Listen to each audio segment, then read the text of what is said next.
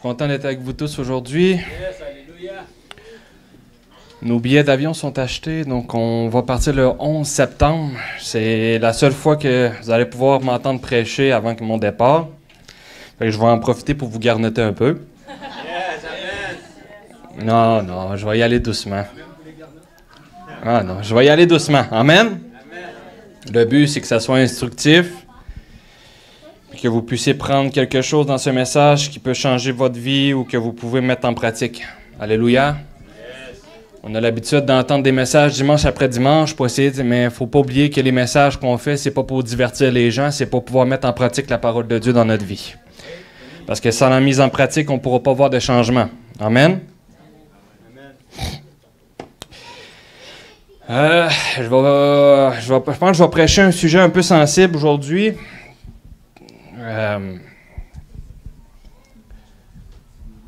Vous savez, il y a des sujets dans la marche chrétienne qui sont fondamentaux, puis si on ne les maîtrise pas bien, ben, ça peut impacter le reste de notre marche chrétienne.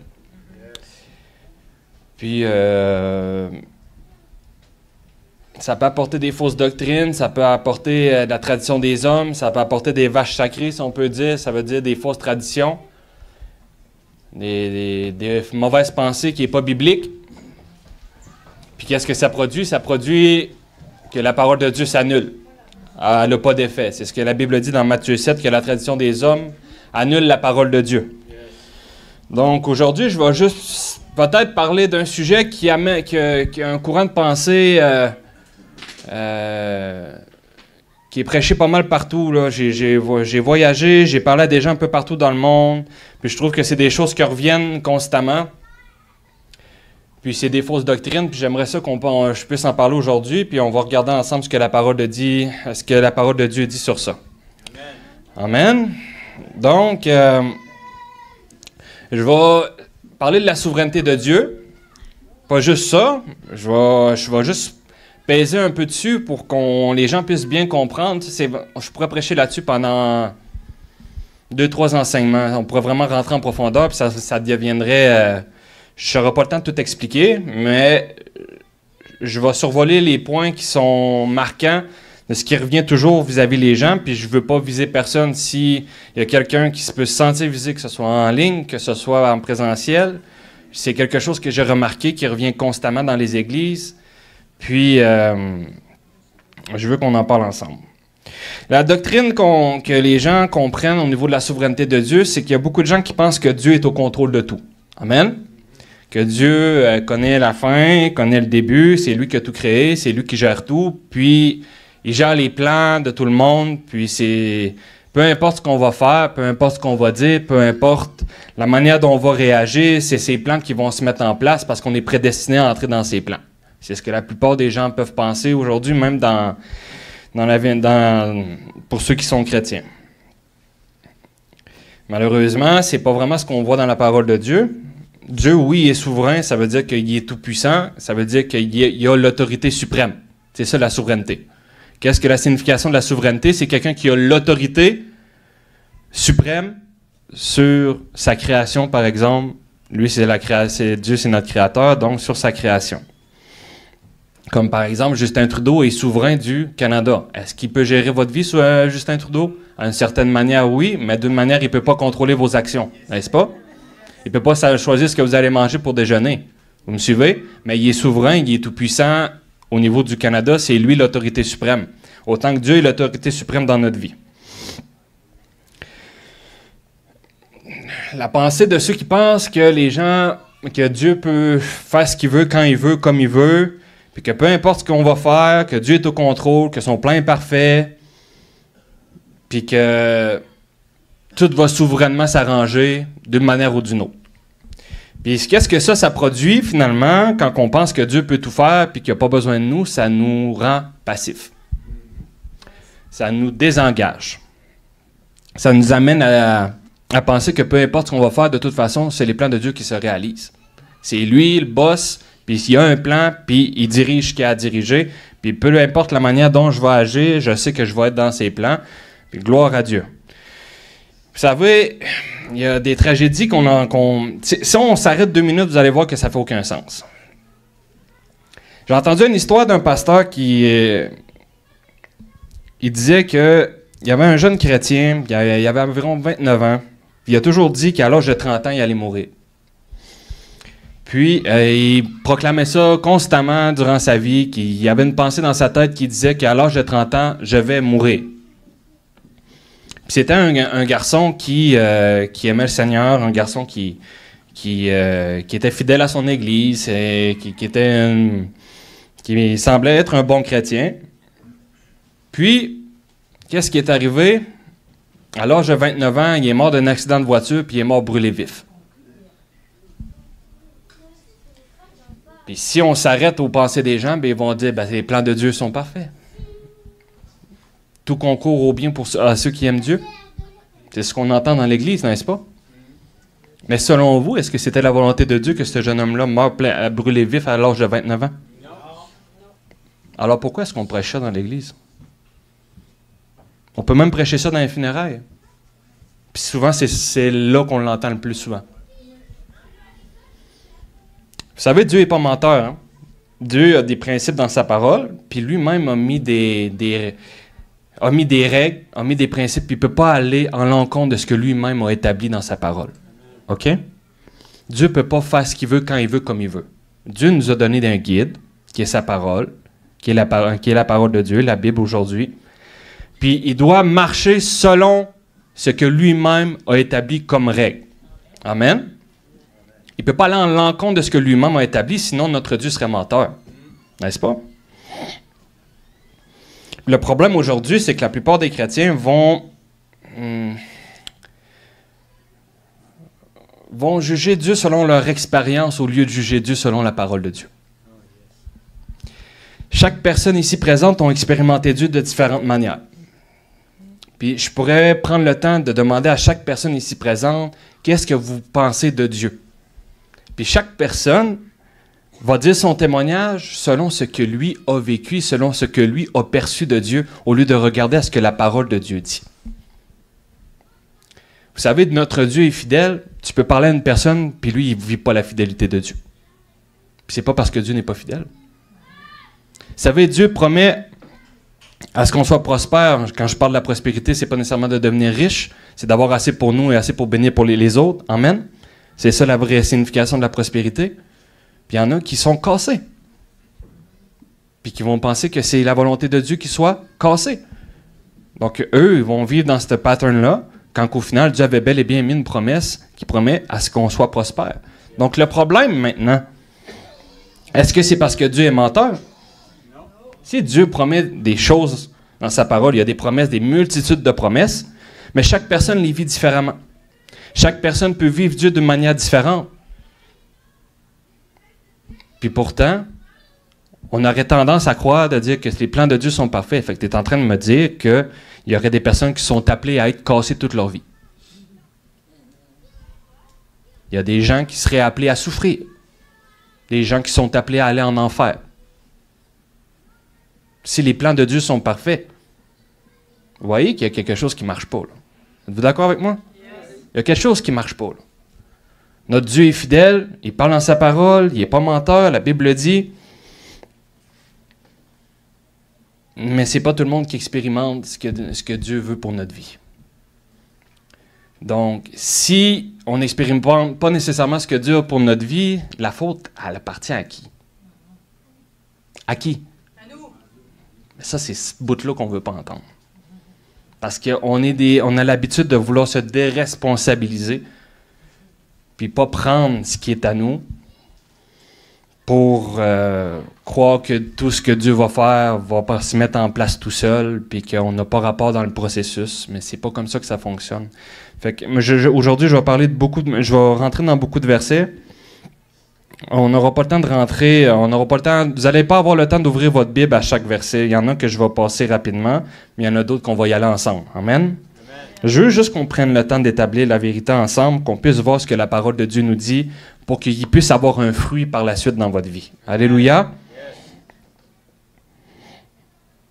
Donc, vous êtes d'accord avec moi que si on pense que les plans de Dieu sont parfaits, qu'il y en a qui seraient appelés à être cassés, il y en a qui seraient appelés à souffrir, qu'il y en a qui seraient appelés à aller en enfer, ça n'a aucun sens. Vous êtes d'accord avec moi? S'il y en a, vous croyez que c'est les plans de Dieu, bien, vous avez un drôle de Dieu. Parce que vous êtes d'accord avec moi, comme la Bible dit dans Jérémie 29:11, que les plans de Dieu sont parfaits. Oui ou non? D'avenir et d'espérance pour chacun d'entre nous. Mais pourquoi est-ce qu'il y en a qui souffrent? Pourquoi est-ce qu'il y en a qui ont de la difficulté à vivre ce que Dieu veut pour notre vie? La parole de Dieu en parle. Alléluia. Comme que j'ai dit, il faut qu'on établisse la vérité puis qu'on puisse expérimenter la parole de Dieu. OK.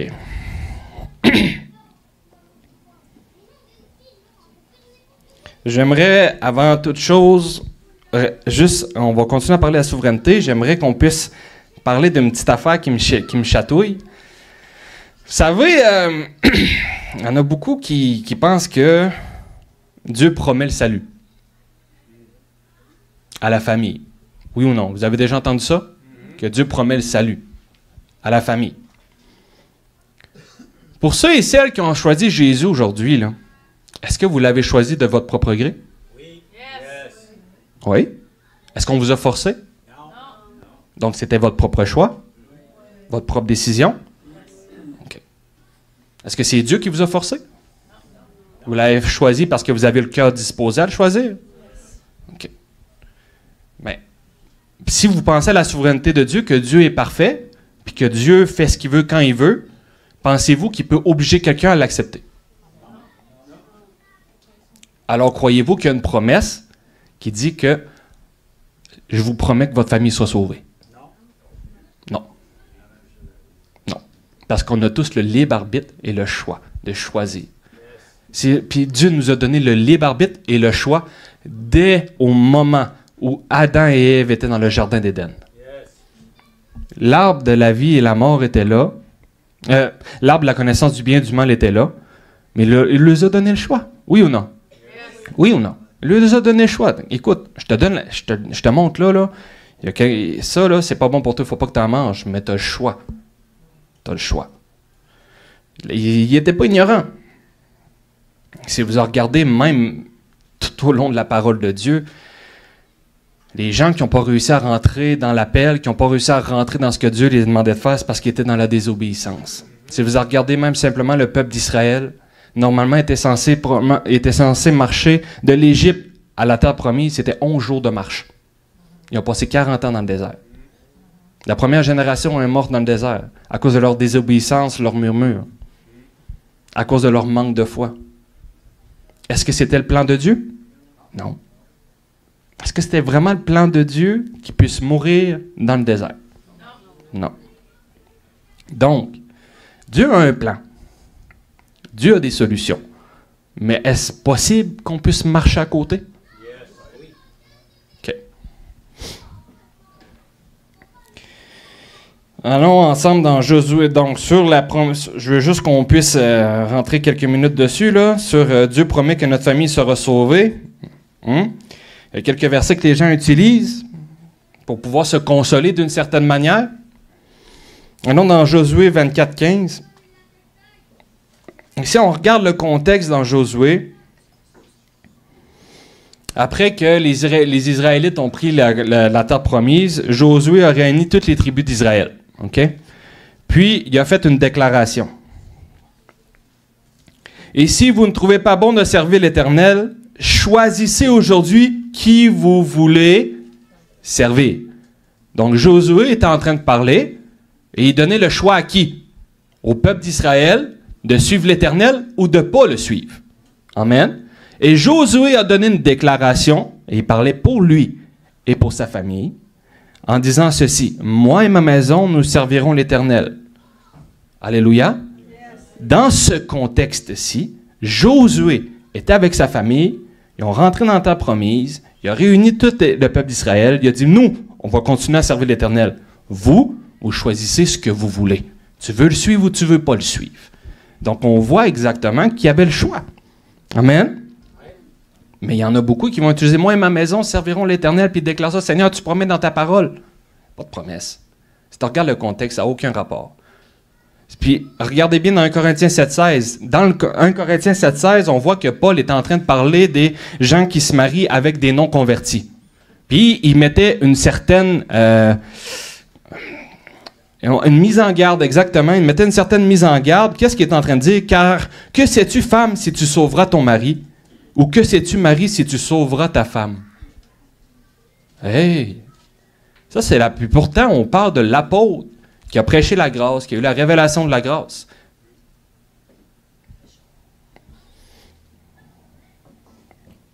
Nous avons la décision de choisir si on veut marcher dans les plans de Dieu ou pas. Amen. C'est notre décision de marcher avec Dieu, marcher dans ses plans ou de ne pas marcher dans ses plans. Vous savez que ce qui nous diffère des gens qui ne croient pas en Dieu, c'est que nous avons l'accessibilité de pouvoir marcher dans les plans de Dieu parce qu'il nous a donné sa grâce, il nous a donné sa force, il nous a donné son esprit, il nous a donné toute la capacité pour pouvoir rentrer dans ce que Dieu nous a appelé. C'est ce qui nous diffère de quelqu'un qui ne croit pas en Dieu.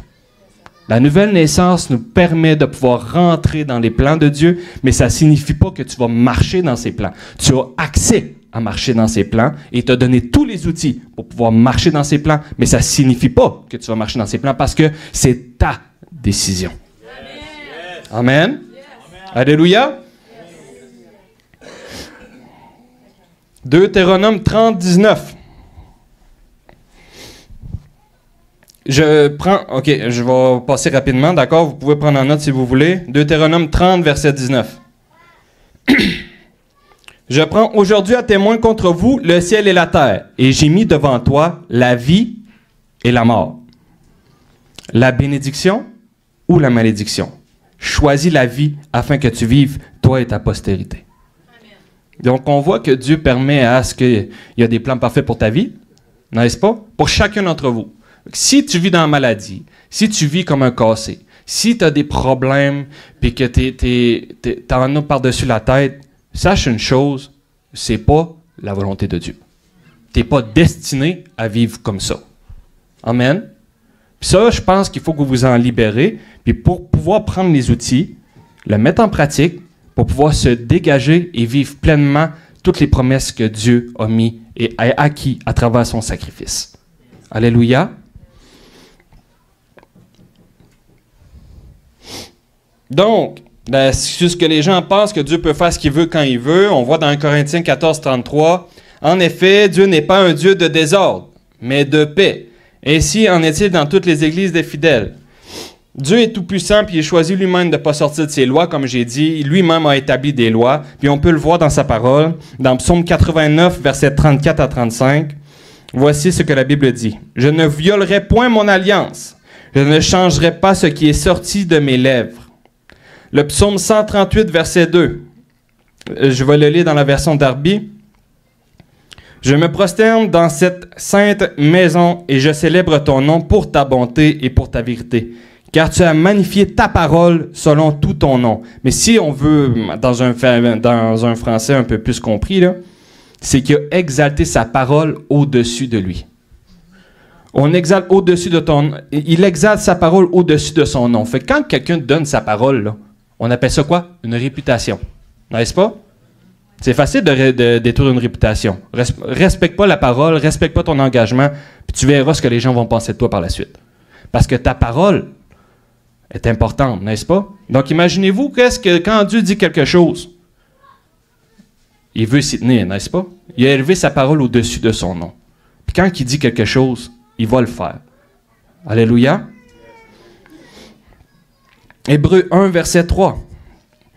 Le Fils est le rayonnement de la gloire de Dieu. Il est l'expression même de son être. Et il soutient tout par sa parole puissante. Ayant accompli la purification de nos péchés, il s'est assis à la droite de la majesté divine dans les lieux très hauts. Alléluia. Donc, si on peut retourner dans l'histoire du jeune homme qui est décédé à l'âge de 29 ans, brûlé vif, dans ses funérailles, ce jeune homme-là, ses parents ont entendu, les plans de Dieu sont parfaits. Dieu est bon, il avait besoin de lui. Mais c'est ce qu'on entend la plupart du temps, n'est-ce pas, pour se consoler. Puis pourtant, comme je vous ai dit, Dieu ne ment pas. N'est-ce pas? Dieu n'est pas un menteur. On le voit dans sa parole ici. dans Hébreux 6, 18, « Il nous a donné deux certitudes immuables dans lesquelles il est impossible que Dieu mente, afin que par deux motifs constants et inébranlables, nous trouvions un puissant encouragement à nous attacher avec force à l'espérance qu'il nous a proposée. » On peut aller dans Nombre 23, 19. Écoutez ce que la Bible dit. « Dieu n'est point un homme pour mentir, ni fils d'un homme pour se repentir. Ce qu'il a dit ne le fera-t-il pas? Ce qu'il a déclaré ne l'exécutera-t-il pas? » Vous voyez, il y a bien des promesses dans sa parole qui dit que si tu honores ton père et ta mère, la première promesse que Dieu avait dit, c'est que tu vas vivre des longs jours. Il y a plusieurs versets dans sa parole, dans Proverbe 3, 1 à 2. « Mon fils, n'oublie pas mon enseignement et que ton cœur garde mes préceptes, car ils prolongeront les jours et les années de ta vie et ils augmenteront ta paix. » 29 ans, pensez-vous que c'est pas un âge pour mourir? Vous êtes d'accord avec moi? Yes.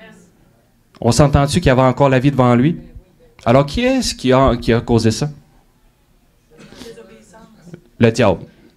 Et ça peut être une cause d'une désobéissance. Le diable est là pour pouvoir t'égorger, te détruire, puis te voler ta destinée. OK? La première chose qu'il va faire, c'est que tu puisses mal comprendre la nature de Dieu. Que tu puisses mal comprendre ce que Dieu veut pour ta vie. Que tu puisses mal comprendre quel outil que Dieu t'a donné. Quelle est ton identité? Quelle est ta valeur aux yeux de Dieu? Quel outil, qu'est-ce que tu peux faire pour pouvoir le vaincre? Donc, même dans Jacques 4, verset 7, la Bible dit... attendez un instant, la Bible dit « Soumettez-vous à Dieu. Résistez au diable et il fuira loin de vous. » Mais qu'est-ce que la Bible dit? Soumettez-vous à Dieu. Se soumettre à Dieu. Puis quand tu te soumets à Dieu, c'est là que c'est possible de résister à qui? Au diable. Puis résister, lorsque tu vas dans le grec, ça veut dire quoi? Ça veut dire lutter activement. Lutter activement. Pensez-y 2 minutes. Non, mon frère, tout est par grâce. Pas besoin de rien faire, mon frère. C'est Dieu qui donne le vouloir et le faire, mon frère. T'as pas besoin. Dieu a déjà tout accompli. Ses plans sont parfaits. Alors, qu'est-ce qui est arrivé à ce jeune de 29 ans-là? Il y a des histoires comme ça, là, vous pouvez en entendre. Si vous allez sur les internets, pas besoin. Puis il y a sûrement des gens proches de vous qui sont chrétiens, qui sont morts beaucoup trop jeunes. Est-ce que c'était la volonté de Dieu? Bien sûr que non. Donc, Dieu a des plans, mais ça ne signifie pas qu'on rentre dans ses plans. Donc, si on a une part à faire, on voit dans le verset que j'ai expliqué, soumettez-vous à Dieu. Amen?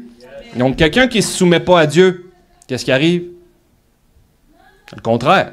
Est-ce que tu peux résister au diable? Non. Soit tu es avec lui, soit tu ne l'es pas. Il n'y a pas 3 voies. Tu es avec lui, tu marches avec lui ou tu marches avec Dieu. Il n'y a pas de zone grise. Amen? Amen. Et vous savez quoi? Ah, mais Dieu a permis. Ah, mais Dieu a permis ça dans ma vie. Ah, mais Dieu a permis. Si Dieu permet à ce qu'il t'arrive un drame dans ta vie, là, c'est pas pour t'apprendre quelque chose, parce que c'est toi-même qui as permis. OK? S'il t'a donné l'autorité, la Bible dit dans... Allons-y.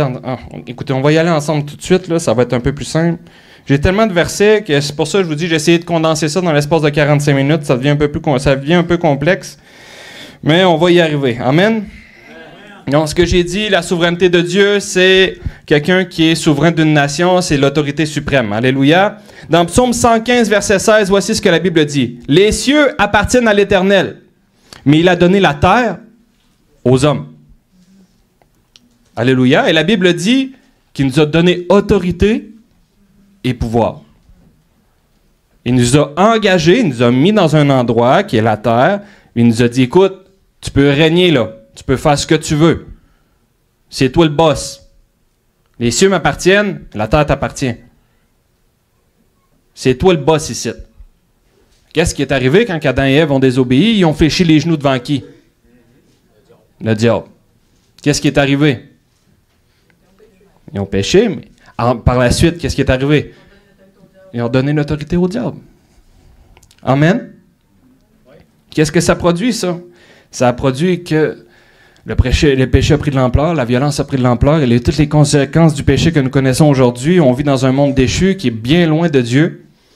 Puis Jésus est arrivé, puis il a décidé de dire « Hey, je reviens reprendre l'autorité pour pouvoir redonner l'autorité à mes fils. » Puis après ça, ben, ils vont être capables de détruire tes œuvres parce que moi, c'est ça que je suis appelé à faire, mais je dois partir vers le Père, puis eux vont continuer l'œuvre que toi, ils vont continuer l'œuvre que moi, j'ai commencé.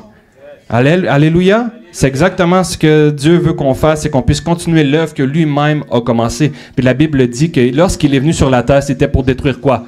Les œuvres du diable. Amen. Pensez-vous qu'au ciel, tu vas voir des gens marcher en chaise roulante?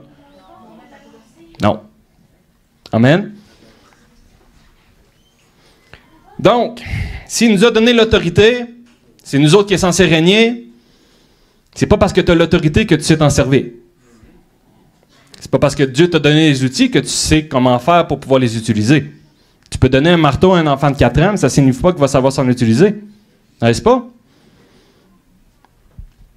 Là, ce que ça peut produire dans votre cœur en ce moment, c'est 2 choses. Quand on commence à parler de l'autorité puis que Dieu vous a donné quelque chose dans votre cœur, il y en a qui sont contents parce qu'ils disent qu'ils sont puissants, puis il y en a qui commencent à paniquer parce qu'ils se sentent engagés. Il y a 2 manières. Il y a ceux-là qui sont tout contents puis qui se disent « Hey, let's go, on va détruire les œuvres du diable. » Amen.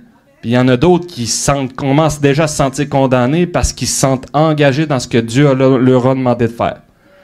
Au moment où que Dieu t'a positionné, c'est parce qu'il t'a donné tout pour pouvoir agir par toi-même. Puis là, oh, hey boy, qu'est-ce que je fais avec ça?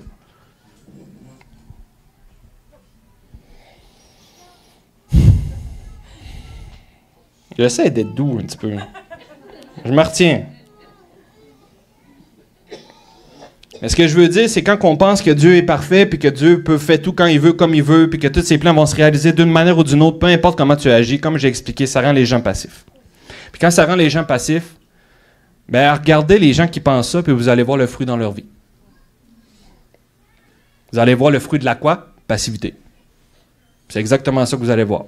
Mais quelqu'un qui connaît son autorité, qui connaît son identité, qui sait que le diable n'a pas accès à sa vie, qui marche selon la parole de Dieu, qui se soumet à Dieu, qui marche dans ses voies, qui sait comment utiliser la parole de Dieu comme une épée à double tranchant, pensez-vous que le diable va avoir autant d'accès que quelqu'un qui pense que les plans de Dieu sont parfaits? Non. Si les plans de Dieu sont parfaits et qu'on n'a pas besoin de rien faire, pourquoi est-ce qu'à la fin des temps, Dieu va nous juger selon nos œuvres? Si c'est lui qui nous donne le vouloir et le faire. Pourquoi est-ce qu'il nous jugerait à la fin des temps pour ce qu'on a fait et ce qu'on n'a pas fait? Posez-vous la question.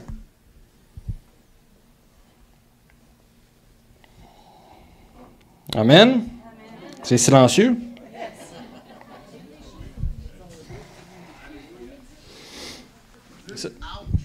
Ouch!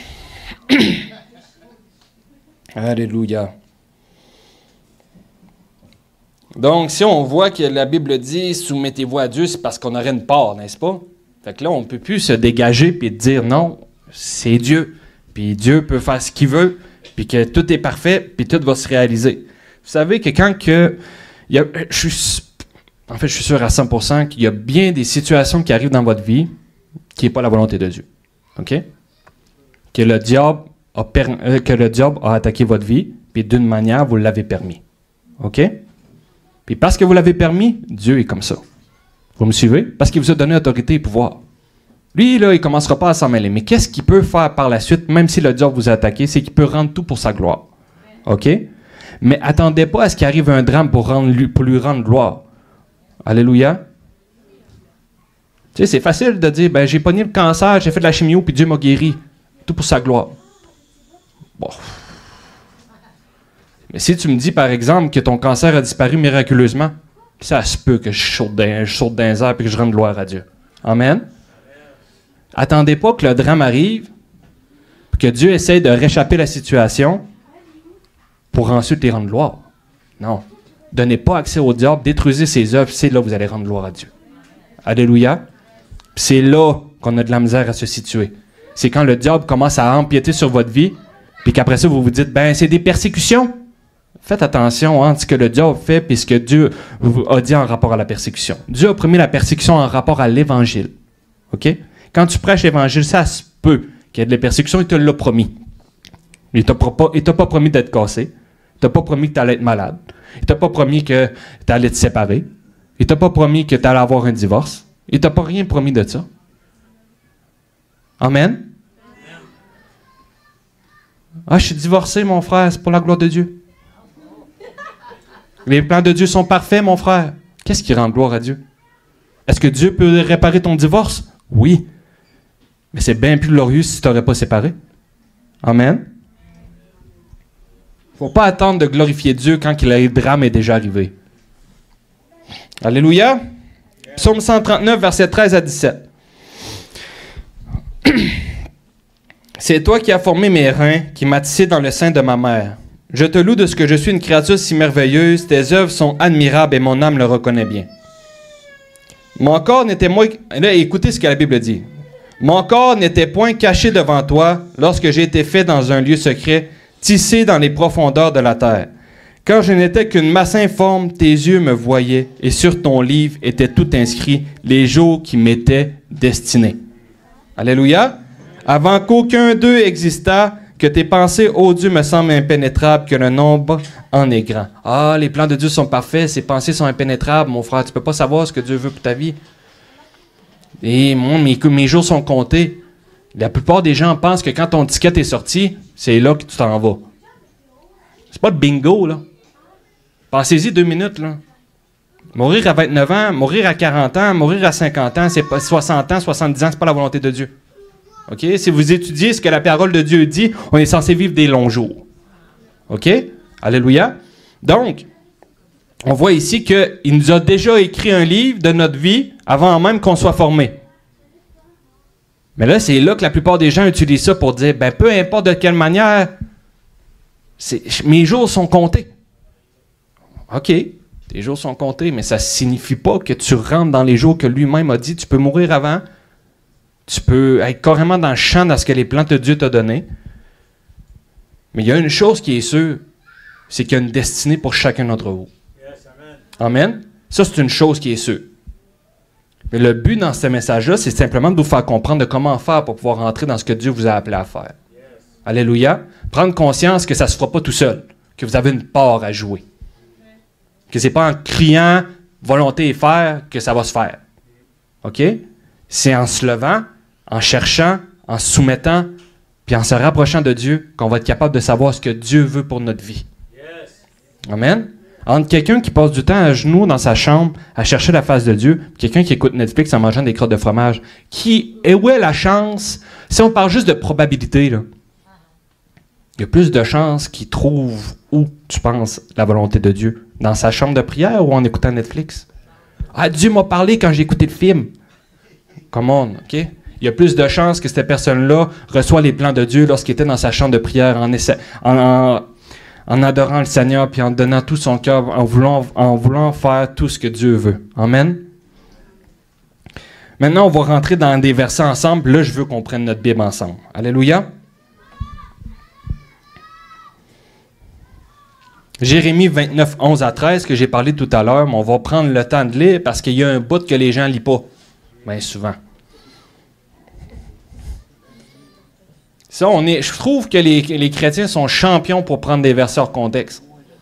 Quand on a des situations étranges dans notre vie, là, des fois on garoche 2-3 versets, puis ça a l'air bien spirituel, mais moi vous dire que la plupart du temps, ça ne marche pas. OK? Alors, regardons dans Jérémie 29, 11 à 13. « Car je connais les projets que j'ai formés sur vous, dit l'Éternel. » Alors, tout le monde crie « Amen. » « Projets de paix et non de malheur, afin de vous donner un avenir et de l'espérance. » Mais là, le problème, c'est que c'est là que les gens s'arrêtent. « Ah, Dieu a des plans parfaits. Ah, les plans de Dieu sont merveilleux. Ah, peu importe ce qui va arriver, gloire à Dieu. » Qu'est-ce qu'il dit tout de suite après? « Vous m'invoquerez, et vous partirez, vous me prierez, et je vous exaucerai. Vous me chercherez et vous me trouverez si vous me cherchez de tout votre cœur. » C'est drôle qu'il ait écrit ça juste après. Mais on veut être les premiers à se désengager. Non. Mais non, mon frère. Ça va se faire pareil. Faux. Mauvaise pensée de la souveraineté de Dieu. Mais si vous regardez, il n'y a pas d'hasard. quand tu le cherches, quand tu l'invoques, c'est là qu'il t'exauce. Quand tu le pries, c'est quand tu prends du temps avec lui que tu vas savoir dans quoi les plans parfaits que Dieu t'a appelés. Amen. Ça vient ensemble. Yes. Alléluia. Il existe 3 volontés. Il y a la tienne, il y a celle du diable, puis il y a celle de Dieu. Elle du diable, que tu fasses ce que tu voudras, tu n'as pas besoin de rien faire, il taillit déjà à la face, puis tout ce qu'il veut, c'est te tuer. Que tu le veuilles ou pas, tu n'as pas besoin de te déranger. Ce qu'il veut, c'est t'éloigner de Dieu. Vous me suivez? Tu n'as pas besoin de faire grand-chose. Il taillit déjà à la face. Au moment que tu nais de nouveau, il t'aime pas. Il t'aimait déjà pas quand tu n'étais pas né de nouveau et que tu n'avais pas donné ta vie à Jésus. Il y a plein de contrôle sur ta vie. Tandis que là, quand tu es né de nouveau, il a veut te faire croire qu'il a le contrôle sur ta vie. C'est ça l'affaire. Puis, tu as ta volonté. Puis souvent, c'est ce bout-là qu'on n'aime pas bien, mais Jésus a dit qu'il faut que tu meurs à toi-même puis que ta volonté devienne la sienne si tu veux marcher avec lui. Hey, ça, c'est pas le fun, hein? Mais le problème, c'est qu'on essaie de vivre une marche chrétienne en gardant sa volonté puis la tienne puis essayer de coordonner les deux ensemble. Puis souvent, ça fait un pas pire bordel. Ouais. Puis après ça, c'est là que le diable s'en met à couche. Parce qu'il peut agir dans ta volonté parce que tu n'es pas dans les plans de Dieu. Quand tu es dans les plans de Dieu, où est-ce que tu veux que le diable t'attaque? Mais quand tu es dans ta propre volonté, Dieu s'en dégage. Vous me suivez? Quand tu fais ce que tu es appelé, quand tu fais ce que tu veux faire, lui, là, Dieu, il est là, puis il te regarde, puis il reste ça de même. Puis tu as accès à qui? Et le diable a accès à qui après? Il va essayer de t'attaquer de toutes sortes de manières, puis là, tu vas dire, oh, mais comment ça? Mais comment ça? Mais comment ça? Il faut mourir à soi-même, puis la seule manière de mourir à soi-même, c'est de trouver la volonté de Dieu lorsque tu passes du temps avec lui dans ta chambre, puis que tu as une intimité personnelle avec lui. Yes, Amen. Il n'y a pas d'autre moyen de pouvoir connaître sa volonté. C'est pas à travers une prophétie, c'est pas en ayant une petite parole le dimanche à quelqu'un qui t'a donné, voilà 2 ans, puis que tu essaies de coordonner ça dans ta vie. Non. Écoute, les paroles prophétiques, normalement, sont censées être des confirmations de ce que Dieu t'a déjà donné dans ta vie. OK? On n'est plus dans l'Ancien Testament, là, mes amis. Là. Vous me suivez? Il y a trop de gens qui ont commencé à essayer de vivre leur vie selon des paroles de prophétie qu'ils ont eues sur leur vie, puis finalement, c'est pas les plans de Dieu. Ils essaient de tout leur cœur de pouvoir marcher dans ce qu'ils ont reçu, mais c'est parce que ça venait pas de Dieu. Vous me suivez? Si tu te soumets au Seigneur et que tu avances dans ses plans vont prendre place dans ta vie, puis tu vas te rendre compte toi-même, voyons, qu'est-ce qui se passe? On dirait que ça va bien. Oui, parce que tu marches dans ce qui t'a appelé à marcher. Amen. Il y a combien de fois dans votre vie ça vous est arrivé que tu as l'impression que ta journée était déjà... Voyons, on dirait que c'était déjà prévu tout ça. Hein? On appelle ça des diocidences. C'est juste parce que tu marches dans ce que Dieu t'a appelé à marcher. Puis que tu marches exactement dans ce qu'il t'avait écrit dans ton livre de vie. Alléluia. OK. Maintenant, on va rentrer dans les versets spécifiques que les gens aiment bien utiliser. On va prendre le temps de casser ça. Amen. Ça, c'est les meilleurs versets que les gens utilisent. Je dois vous dire que ça n'a pas de bon sens. Alléluia. Philippiens 2, versets 12 à 13. Ça, c'est le vouloir et le faire. Amen. Amen. Qui a déjà entendu ça? Tu peux pas rien faire, mon frère. C'est Dieu qui donne le vouloir et le faire, mon frère. C'est pas par tes propres forces. Tout est par grâce, mon frère. Pas besoin de rien faire. Ses plans sont parfaits. Ta destinée est là. Ça va couler tout seul. Dieu est souverain. C'est ça qu'on peut entendre partout. Mais je ne parle pas d'ici nécessairement. Là.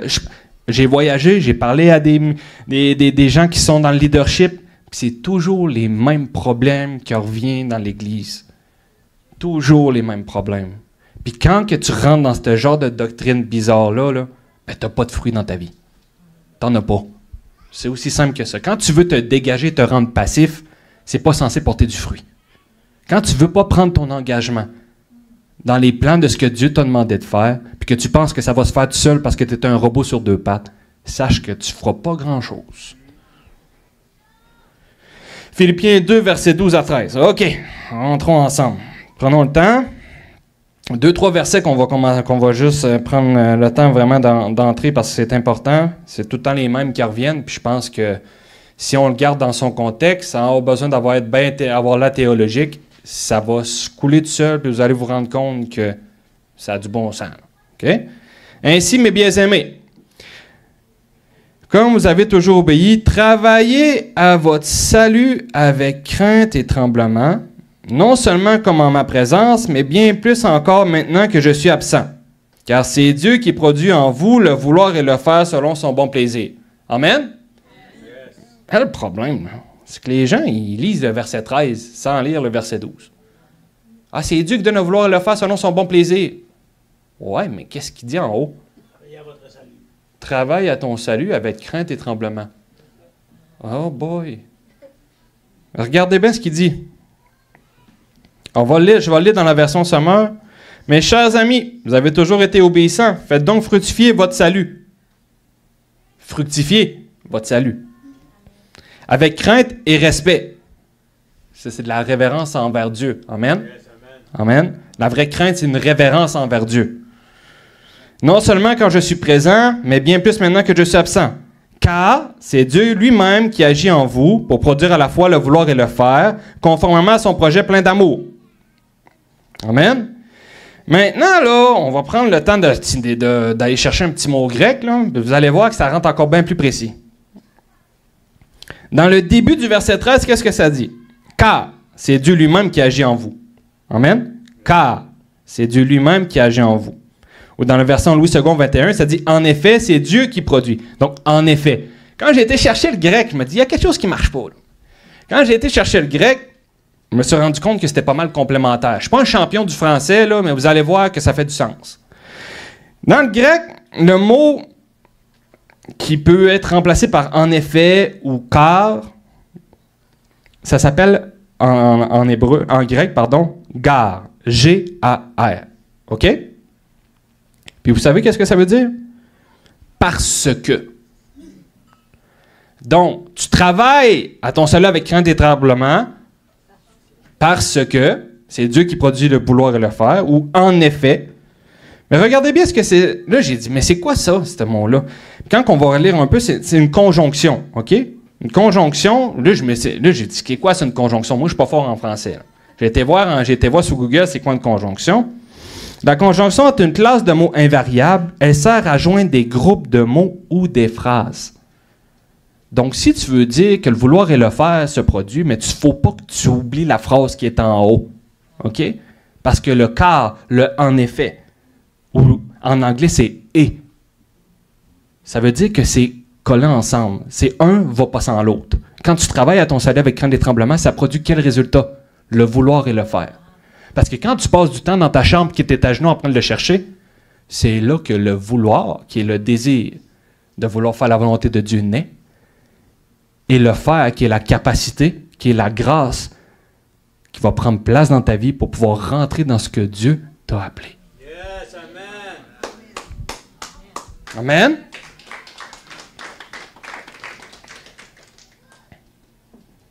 Mais souvent, on aime ça prendre juste le verset 13 sans comprendre le verset 12, sans comprendre que c'est une conjonction, le mot, là.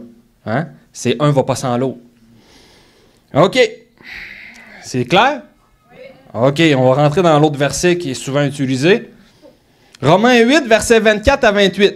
Un verset que tout concourt au bien que ceux qui aiment Dieu. Qui a déjà entendu ça? Si tu n'as jamais entendu ça, c'est pas normal, même les païens le disent. Romains 8, 24 à 28, on va y aller ensemble. Car c'est en espérance que nous sommes sauvés. Oh boy, ce bout-là, on ne le lit pas souvent. Or, l'espérance qu'on voit n'est plus espérance. Ce qu'on voit, peut-on l'espérer encore. Mais si nous espérons ce que nous ne voyons pas, nous l'attendons avec persévérance. OK, rentrons au verset 26. De même aussi, l'Esprit qui nous aide dans nos faiblesses. Amen. L'Esprit qui nous aide dans nos faiblesses, car nous ne savons pas ce qui nous convient de demander dans nos prières. OK.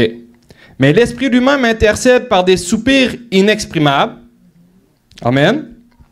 Et celui qui sonde les cœurs connaît quelle est la pensée de l'Esprit, parce que c'est selon Dieu qui intercède en faveur des saints. Donc, l'Esprit de Dieu qui est en toi, lorsque tu pries en langue, lorsque tu pries avec l'Esprit, parce que tu peux prier par l'Esprit sans être obligé de prier en langue. Vous savez ça? Oui, parce que la parole est esprit et vie. Donc, crée-moi que quand tu déclares la parole de Dieu dans sa totalité, puis en vérité, crois-moi que tu pries avec l'Esprit de Dieu. conjointement avec l'Esprit de Dieu. Le parler en langue, c'est l'Esprit de Dieu qui intercède à travers ta bouche pour parler au Père. Amen. Mais tu peux prier avec l'Esprit. Tu peux être influencé par l'Esprit pour prier. Amen. Et qu'est-ce que ça produit? Ça produit que, surtout lorsque tu pries en langue, c'est qu'il prie déjà ce qui va arriver dans ta vie. Amen. Alléluia, parce qu'il sait déjà ce qui va arriver dans ta vie. Regardez ce que la Bible dit directement par la suite. « Et celui qui sonde les cœurs connaît quelle est la pensée de l'Esprit, parce que c'est selon Dieu qu'il intercède en faveur des saints. » Verset 28. « Nous savons du reste que toute chose concourt au bien de ceux qui aiment Dieu, de ceux qui sont appelés selon son dessein. » Eh boy! Hey, ce verset-là, je ne sais pas combien de fois on a pu l'entendre. « Ah, là, il t'arrive un drame dans ta vie. Ah, tout concourt au bien de ceux qui aiment Dieu. » Puis t'arrive un drame dans ta vie, l'autre est mort, il y a un deuil. Ah, tout concourt au bien de ceux qui aiment Dieu. Et où la gloire de Dieu? Puis qu'est-ce qui est bon dans ça? Qu'est-ce qui est bon dans ça? Vous voyez que ça ne fait pas de sens. Mais qu'est-ce qui a parlé juste en haut? Que tu vas prier par l'Esprit, par des soupirs inexprimables, puis c'est là que l'Esprit va te faire rentrer dans ses desseins. Va te faire rentrer dans son plan. Amen? Fait que là, est-ce que tu es engagé? Oui. Amen? Parce qu'il faut que tu pries avec l'Esprit, puis vous êtes ensemble, c'est ton aide, puis c'est là qu'il va pouvoir prier pour ta vie. Puis quand il va prier pour ta vie, ben c'est là que les sentiers vont s'aplanir, puis que soudainement, tu vas commencer à rentrer dans ses plans parce qu'il sait déjà ce qu'il y a pour toi. Amen? Tu es en train de prier pour que tu puisses être dirigé à avancer dans ses plans. Pas comme un robot, non. C'est que tu vas t'influencer par l'Esprit parce que tu permets aux anges, tu permets à l'Esprit de Dieu d'agir dans ta vie lorsque tu pries. Amen? OK. Donc, tout concourt au bien de ceux qui aiment Dieu, c'est un verset qu'on utilise très régulièrement lorsqu'on a besoin de consolation. Là, on va aller chercher le verset.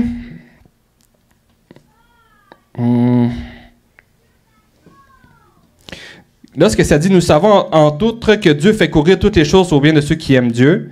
Le nous savons, là, il y a quand tu vas dans le grec, là, c'est un mot, c'est D-E-H. De. OK? Qui n'est pas traduit en français, dans notre traduction française. OK? Dans certains, tu vois, c'est écrit du reste, où nous savons que tout concourt au bien de ceux qui aiment Dieu. Mais en vrai, le premier mot avant qu'il puisse dire cette phrase-là, c'est D-E-H. OK? Savez-vous qu'est-ce que ça veut dire? De plus, ou alors, ou c'est complémentaire. C'est encore une conjonction qui permet à ce que si tout concourt au bien de ceux qui aiment Dieu, c'est parce que tu es en train de prier en esprit et que tu permets à l'Esprit de Dieu d'agir dans ta vie. Encore une fois, un ne va pas sans l'autre. Fait que ça prouve qu'à chaque fois, on a un rôle à jouer pour pouvoir rentrer dans ses plans. Puis que ça ne se fera pas tout seul. Puis qu'on ne peut pas se rendre passif. Qu'on ne peut pas laisser ça aller puis penser que tout va se faire en claquant des doigts. Tout concourt à ceux qui aiment Dieu. Trop de gens, il y a donc des gens qui disent qu'ils aiment Dieu, mais normalement, ça se voit à travers ton attitude, puis ça se voit en regardant ta vie. N'est-ce pas? Oui ou non? Oui. C'est facile de voir quelqu'un qui aime Dieu, quelqu'un qui ne l'aime pas. Oui ou non? Oui. C'est facile à voir, n'est-ce pas? Puis qu'est-ce que notre sœur a dit tout à l'heure? Elle a dit qu'on va être reconnu pour l'amour qu'on a les uns pour les autres. C'est là qu'on va savoir si on est chrétien ou pas. Amen? Puis qu'est-ce que Jésus a dit? C'est de nous aimer, d'aimer notre prochain, puis d'aimer lui de tout notre cœur, de toute ton âme, de toute notre pensée. Puis regardez ce que la Bible dit drôlement dans 1 Jean 5,3. « Car l'amour de Dieu consiste à garder ses commandements, et ses commandements ne sont pas pénibles. » Car l'amour de Dieu consiste à garder ses commandements. Donc quelqu'un qui ne garde pas ses commandements, est-ce qu'il aime Dieu? Non, hein? Fait que si tu ne gardes pas tes commandements, si tu ne gardes pas ces commandements, tu ne pries pas, tu penses que les plans de Dieu vont se réaliser, tu te mets sur le bord de qui, là? Du diable ou de Dieu? OK. Est-ce que tu marches dans ton identité dans ce temps-là? Le Fils de Dieu? Non. C'est là qu'il y a un accès légal de pouvoir t'attaquer. Vous me suivez? Parce que tu y donnes le droit. Donc, tout concourt au bien de ceux qui aiment Dieu. Donc, quelqu'un qui aime Dieu a le fruit. Amen. Le fruit de l'amour dans sa vie. Puis ça se cueille où? Dans le lieu secret. Yes. Amen. Amen. Ah non, ça vient tout seul, mon frère, c'est le voir et le faire. Non. c'est quand tu prends du temps avec le Seigneur. C'est quand tu pries, c'est quand tu cherches sa face, c'est quand il te transforme, c'est quand il te touche, que tu commences à voir les gens différemment. Que tu commences à aimer les gens différemment, non selon les circonstances, mais selon son regard et selon ce qui te dégage. Amen. Parce qu'on fait un seul et même esprit avec lui. Les fruits de l'esprit se cueillent où, vous croyez? Quand tu es en train d'écouter Netflix ou quand tu es dans ta chambre de prière? Hey, comment ça, mon frère, t'es patient de même? Comment ça, mon frère, t'as ça dans ta vie, mon frère? Comment ça, mon frère, t'as la maîtrise de toi? Ben, c'est tous des fruits de l'esprit qui ont commencé à grandir lorsque tu étais dans ton lieu secret. Amen. Ah non, ça se fait tout seul. Ça se fait pas tout seul. Alors, regarde quelqu'un qui pense que ça se fait tout seul, puis regarde sa vie, tu vas voir s'il est tant dans l'amour que ça. S'il est si patient que ça. S'il se maîtrise tant que ça.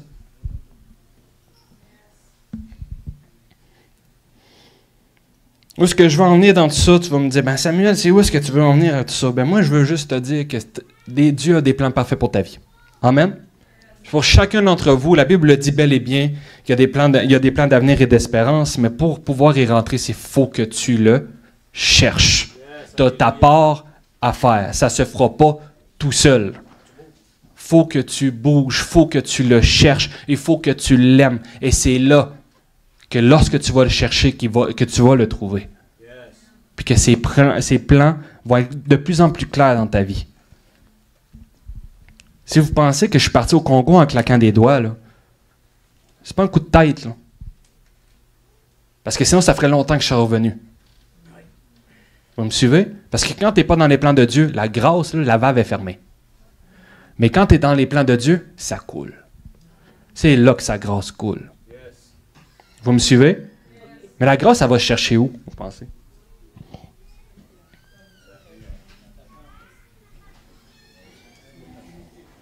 Il y a bien des fois là, où ce que j'aurais voulu abandonner. Puis je vais vous dire là, qu'à toutes les fois que j'ai été capable de me relever, c'est parce que j'ai été me mettre à genoux. Puis j'ai passé du temps avec lui. Si j'aurais fait le contraire, je serais revenu bien avant.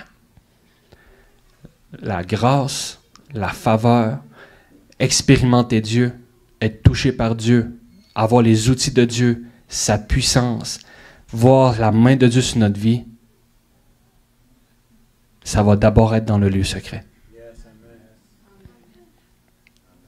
J'ai jamais été capable de me régénérer mes forces spirituelles en restant assis sur mon divan. Puis ça, je vous le dis, je l'ai expérimenté. Puis je suis sûr que vous le savez vous autres même. C'est qu'on veut essayer de se cacher cette partie-là. Que c'est Dieu qui va prendre le contrôle. C'est Dieu qui va faire. C'est Dieu qui donne la motivation. C'est vrai. Mais tu as un pas de foi à faire d'abord. C'est rentrer dans ta chambre. T'asseoir devant lui. Et croire qu'il t'écoute et qu'il t'exauce. Amen. Le problème aujourd'hui, vous savez, c'est quoi? Pourquoi les gens... Vous savez, qui aime évangéliser? Levez la main. Qui aime évangéliser? Pourquoi est-ce que la plupart du temps, on n'est pas capable d'évangéliser constamment? On n'est pas capable de pouvoir marcher dans ce que Dieu nous appelle constamment? C'est que souvent, votre motivation n'est pas bonne. Vous savez, François, il prêche souvent sur l'évangélisation, en disant, il faut être actif, n'est-ce pas? Être actif pour le royaume de Dieu, parce que c'est ce qu'on est appelé à faire. Oui ou non? Oui. OK. Est-ce que Dieu doit te prendre par le bras et t'obliger? Non. Non. OK. Le nombre de fois, là, pensez-y le nombre de fois que vous êtes allé évangéliser. La plupart du temps, vous avez prié avant. Vous avez pris du temps avec Dieu avant. Puis vous avez botté le cul même si vous n'avez pas envie d'y aller. N'est-ce pas? Pourquoi? Parce que même si tu as donné le vouloir et le faire, tu as toujours une décision à prendre. Amen. Ta motivation, c'est quoi? Quand tu viens à l'église, quand tu pries, quand tu passes du temps avec Dieu, ta motivation pour laquelle tu le fais, c'est-tu pour plaire à ton pasteur? Quand tu vas évangéliser, c'est-tu pour avoir un décompte de savoir combien de personnes tu as évangélisé cette semaine? Ta motivation, c'est quoi? Tu le fais pour l'homme ou tu le fais pour Dieu? Si ta motivation n'est pas bonne, tu ne sauras pas durer dans le temps. Tu vas finir par arrêter.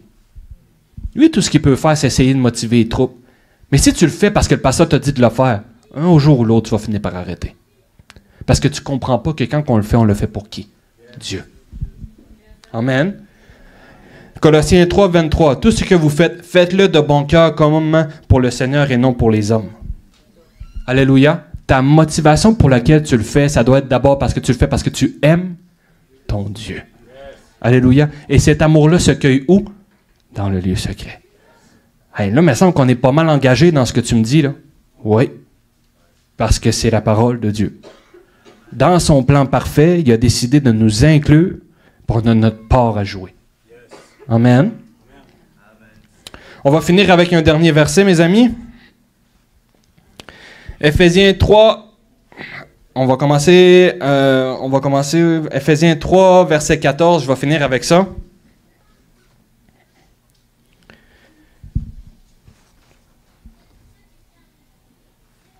Là, c'est Paul qui parle. Je lis comme suit. C'est pourquoi je me mets à genoux devant le Père, de qui dépendent comme d'un modèle toute la famille des cieux et de la terre. Je lui demande qu'il vous accorde, à la mesure de cette glorieuse richesse, d'être fortifié avec puissance par son esprit dans votre être intérieur, que le Christ habite dans vos cœurs par la foi. Est-ce qu'il y en a un d'entre vous que Christ habite dans son cœur? Oui. Ah, j'espère, parce que sinon, vous viendrez me voir. Enraciné et solidement fondé dans l'amour. Écoutez bien. Enraciné et solidement fondé dans l'amour, vous serez ainsi à même de comprendre, avec tous ceux qui appartiennent à Dieu, tous vous autres, OK? Combien l'amour de Christ est large, long, élevé et profond. Yes. Oui, vous serez à même de connaître cet amour qui surpasse tout ce qu'on peut en connaître. Et qu'est-ce que ça va produire lorsque tu vas saisir l'amour de Dieu? Et vous serez ainsi remplis de toute la plénitude de Dieu. Alléluia. Amen. Quelqu'un qui est rempli dans sa tête, dans son âme en rapport à l'argent, qu'est-ce qui va sortir de sa bouche? L'argent. Si tu es rempli de la plénitude de Dieu, de qui tu vas parler? Ça va se faire comment? Tout seul. Amen. Tu te sentiras plus forcé parce que tu vas être rempli. Mais de quoi est-ce que tu te remplis? Du monde ou de lui? C'est ton choix. Amen. Même si ces plans de Dieu sont là, c'est ton choix. Et vous savez qu'est-ce que ça produit au moment où on est rempli de lui, puis qu'on veut simplement parler de lui, puis qu'on est tout le temps rempli de lui? Regardez ce que la Bible dit. À celui qui, par la puissance qui agit en nous, peut réaliser infiniment au-delà de ce que nous demandons ou même pensons. Donc, quand tu cueilles cet amour, que tu saisis l'amour, la profondeur, la largeur de l'amour de Dieu qui se cueille dans ton lieu secret, tu deviens rempli de lui. Tu finis par parler de lui parce qu'il faut que ça sorte à un moment donné. Amen. Puis qu'est-ce que ça produit? Tu vas voir Dieu se manifester dans ta vie au-delà de ce que tu peux même penser. C'est ce que la Bible est en train de nous dire, là. Amen. Mais si tu es rempli du monde, qu'est-ce qui va arriver? Vous me suivez? C'est un choix. On ne peut pas vous forcer. Et Dieu ne peut pas vous forcer. Il peut vous donner la capacité, parce qu'en tant qu'enfant de Dieu, on a la capacité de pouvoir rentrer dans le vouloir et le faire. Amen? Il nous a donné les outils. Il nous a donné la grâce. Est-ce qu'on mérite tout ça? Non. On est équipé. Apprends seulement à utiliser l'équipement que tu as reçu. Alléluia. Connais ton identité. Prends une intimité avec lui chaque jour. Prie-le. Remplis-toi de sa présence pour que tu puisses facilement être capable de parler de Jésus aux autres puis voir la manifestation de l'Esprit de Dieu au-delà de ce que tu peux penser dans ta vie. Je l'ai expérimenté, puis c'est pas parce que je suis meilleur qu'un autre, parce que tout est par grâce, mais je me suis positionné à le faire. Et quand tu te positionnes et que tu décides de le faire, tu vois le fruit. Pas le fruit de la passivité, non. Un salut qui se fructifie. Amen. Je veux simplement vous encourager, à chacun d'entre vous qui a des plans de Dieu sur votre vie. Vous en avez tous. C'est ce que la Bible dit dans Jérémie. Mais cherche-le. Passe du temps avec lui. Puis je te garantis qu'il va se révéler. Puis si tu te trompes, puis que tu décides par faire un pas de foi puis te dire, je pense que c'est là que Dieu m'enligne, puis que tu te trompes, sais-tu quoi? Dieu est assez bon pour te remettre là où tu es censé être. Yes, Parce que c'est un papa bon. Tout ce qu'il veut, c'est qu'on puisse marcher par la foi. Amen. Puis la foi, souvent, ça ne marche pas avec la vue. Vous me suivez? Tu avances, tu ne sais pas. Écoute, je te fais confiance, je m'essaye. C'est ça la foi. Ça ne rend pas passif. C'est une foi active à travers l'amour. Amen. Ta motivation doit être parce que tu aimes Dieu. Et ta foi va être agissante à travers l'amour. Ça va porter du fruit. Puis tu vas rentrer dans ses plans. Amen. Alléluia. Soyez bénis.